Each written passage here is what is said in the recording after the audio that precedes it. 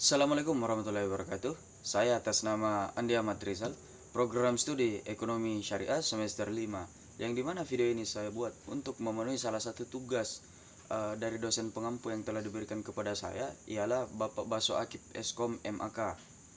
Sebagaimana kita ketahui, perkembangan perbankan syariah di Indonesia itu sendiri sangat menarik dikaji, baik di kalangan akademisi maupun di kalangan praktisi selama 20 tahun terakhir ini.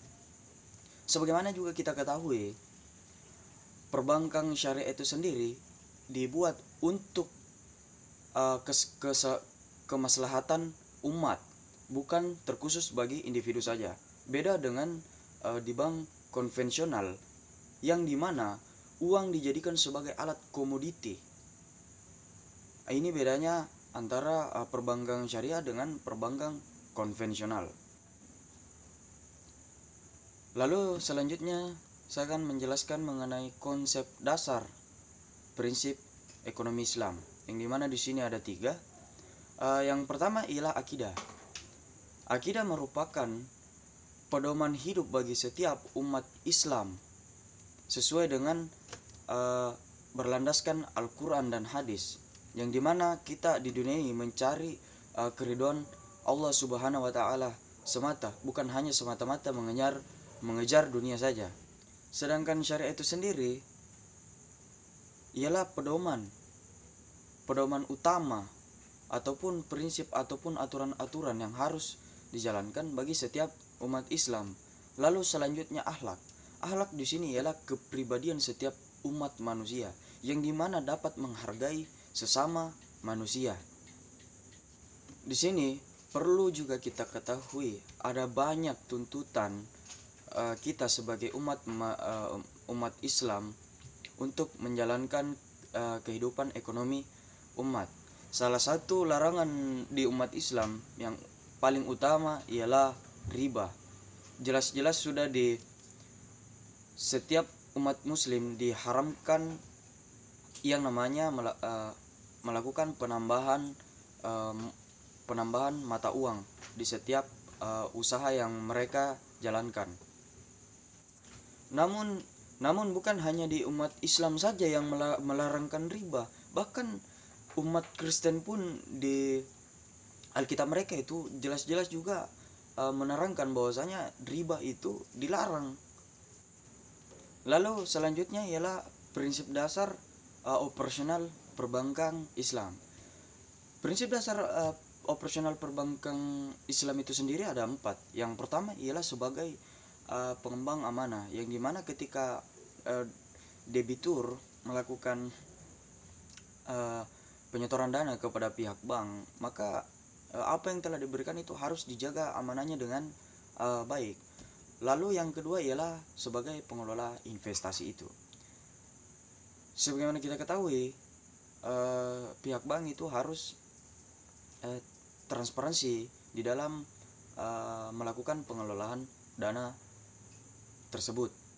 Lalu selanjutnya ialah sebagai penyedia jasa, yang dimana dari pihak perbankan itu sendiri menyediakan jasa-jasa yang dibutuhkan bagi pihak debitur ataupun masyarakat yang mengajukan ke pihak perbankan syariah itu sendiri. Lalu selanjutnya ialah sebagai jasa lalu lintas pembayaran, yang dimana di sini pihak perbankan itu sendiri menjadi pihak ketiga, yang dimana dana-dana ini diberikan kepada pihak bank, lalu menyalurkan dana tersebut.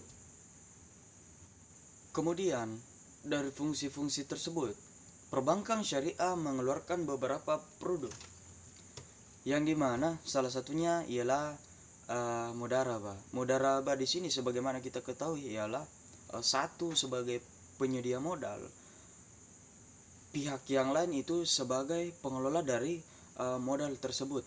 Berbeda dengan musyarakah. Musyarakah di sini mereka sama-sama menyediakan modal, dan biasanya itu ada yang penyedia modal, dua-duanya penyedia modal, dan lantas biasanya ada yang sebagai penggarap dari modal tersebut.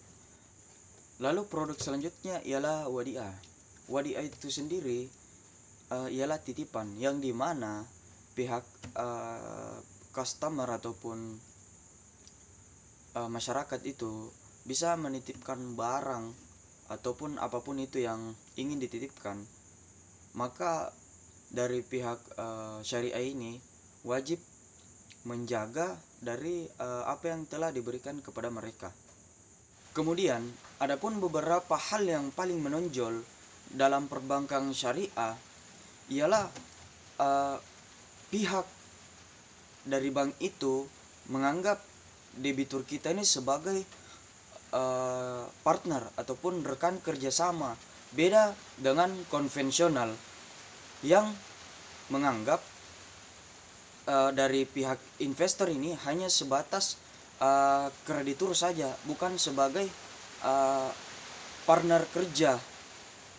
Mungkin itu saja yang sempat saya sampaikan mengenai prinsip dasar operasional perbankan syariah yang ada di Indonesia.